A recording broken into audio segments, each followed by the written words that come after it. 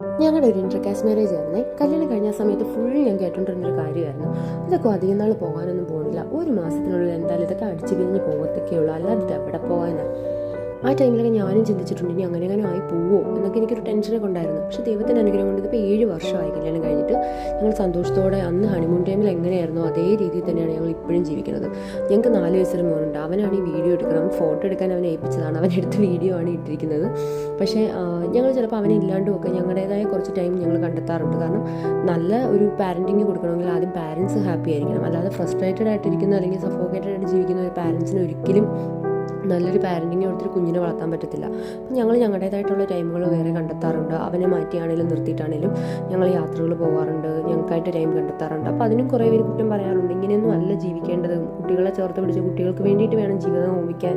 ഞങ്ങൾ അങ്ങനെ കളയുന്നൊരു പാരൻസ് ഒന്നുമില്ല. ഞങ്ങളുടെ അവനൊരു 6 months ഒക്കെ ഉള്ളപ്പോൾ ഞങ്ങൾ അവനായിട്ട് ട്രാവൽ ചെയ്യുന്നതാണ്. എല്ലായിടത്തും അവനെ കൊണ്ടുപോകും, എല്ലായിടത്തും. അതിന് തണുപ്പെന്നോ അങ്ങനെ ഒന്നും തന്നെ ഞങ്ങൾ ക്ലൈമറ്റ് ഒന്നും നോക്കാതെ അവന് വേണ്ട പ്രൊട്ടക്ഷനും കാര്യങ്ങളും എല്ലാം എടുത്ത് തന്നെ അവനെ കൊണ്ട് ട്രാവൽ ചെയ്യുന്നത്. അപ്പോഴും എല്ലാവരും പറയും കുഞ്ഞു കുട്ടിയാണ്, അവനെ കൊണ്ട് പോകലെന്ന് പറഞ്ഞു. മേ ബി അതുകൊണ്ടായിരിക്കും അവന് യാത്രയോടൊക്കെ ഭയങ്കര ഇഷ്ടമാണ്. അതുകൊണ്ട് എല്ലായിടത്തും അവനെ ഞങ്ങൾ കൊണ്ടുപോകും. പക്ഷേ ഞങ്ങൾക്ക് ഞങ്ങളുടേതായ സമയങ്ങൾ, അതിപ്പോൾ ഒരു 2 മാസത്തിലൊന്നായിരിക്കാം, 5 മാസത്തിലൊന്നായിരിക്കാം, ഒരിക്കലെങ്കിലും ഞങ്ങൾ ഞങ്ങൾക്കായിട്ട് കണ്ടെത്തും. മാസത്തിൽ ഒരിക്കലെങ്കിലും ഞങ്ങൾ ഒരുമിച്ചൊരു ഡേ സ്പെൻഡ് ചെയ്യും, ഞങ്ങളുടേത് മാത്രമായിട്ട്. അത് കുട്ടികളും കുടുംബങ്ങളും ആയിട്ടുള്ള എല്ലാവർക്കും തന്നെ ഞാൻ പറയുന്നത് മനസ്സിലാവുന്നുണ്ടായിരിക്കും. എല്ലാ പെണ്ണുങ്ങളും ആഗ്രഹിക്കുന്നതും ഇതൊക്കെ തന്നെയാണ്. അത് നമ്മുടെ ലൈഫിലോട്ട് കൊണ്ടുവരാൻ നോക്കുക. നമ്മൾ ഹാപ്പി ആണെങ്കിൽ മാത്രമേ നമുക്ക് നമ്മുടെ കുട്ടികളെ ഹാപ്പി ആയിട്ട് വളർത്താൻ പറ്റുള്ളൂ.